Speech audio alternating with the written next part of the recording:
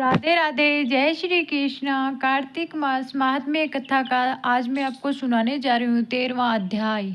दोनों ओर से गदाओं, बाणों और शूलों आदि का भीषण प्रहार हुआ। दैत्य के तीक्ष्ण प्रहारों से व्याकुल देवता इधर उधर भागने लगे। तब देवताओं को इस प्रकार भयभीत हुआ देखकर गरुड़ पर चढ़े भगवान युद्ध में आगे बढ़े और उन्होंने अपना सारग नामक धनुष उठाकर बड़े जोर का टंकार दिया। त्रिलोकी सामंदित हो गई।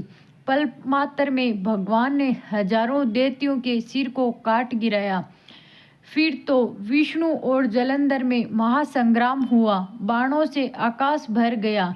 लोग आश्चर्य करने लगे। भगवान विष्णु ने बाणों के वेग से उस दैत्य की ध्वजा, छत्र और धनुष बाण काट डाले, जिससे व्यथित हो उसने अपनी गदा उठाकर गरुड़ के मस्तक पर दे मारी।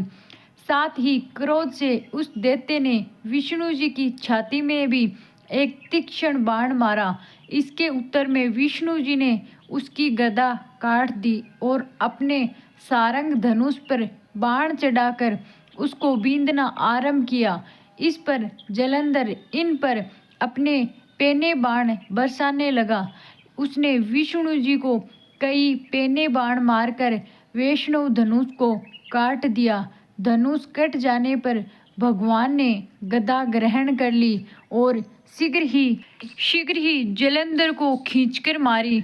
परंतु उस अग्निवत अमोघ गदा की मार से भी वह दैत्य कुछ भी चलायमान न हुआ।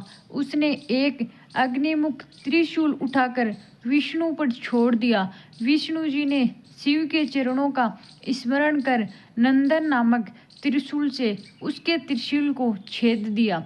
जलंधर ने झटपट विष्णु जी की छाती पर एक जोर का मुष्टिक मारा। उसके उत्तर में भगवान विष्णु ने भी उसकी छाती पर अपनी मुष्टि का प्रहार किया।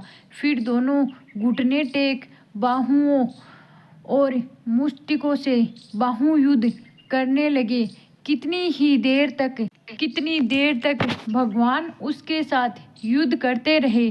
तब सर्वश्रेष्ठ मायावी भगवान उस दैत्यराज से मेघवाणी में बोले, रे रण दुर्मन दैत्य श्रेष्ठ, तू धन्य है जो इस महायुद्ध में इन बड़े बड़े आयुधों से भी भयभीत न हुआ। तेरे इस युद्ध से मैं प्रसन्न हूँ। तू जो चाहे वर मांग।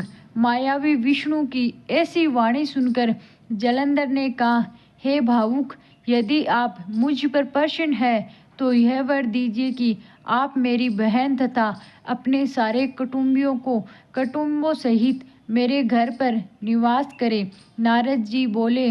उसके ऐसे वचन सुनकर विष्णु जी को खेद तो हुआ, किंतु उसी क्षण देवेश ने तथास्तु कह दिया। अब विष्णु जी ने सब देवताओं के साथ जलंधरपुर में जाकर निवास करने लगे। जलंधर अपनी बहन लक्ष्मी और देवताओं सहित विष्णु को वहां पाकर बड़ा प्रसन्न हुआ। फिर तो देवताओं के पास जो भी रत्नादि थे सबको ले जलंधर पृथ्वी पर आया। निशुंभ को पाताल में स्थापित कर दिया और देव, दानव, यश, गंधर्व, सिद्ध, सर्प, राक्षस, मनुष्य आदि सबको अपना वशवर्ती बना त्रिभुवन पर शासन करने लगा।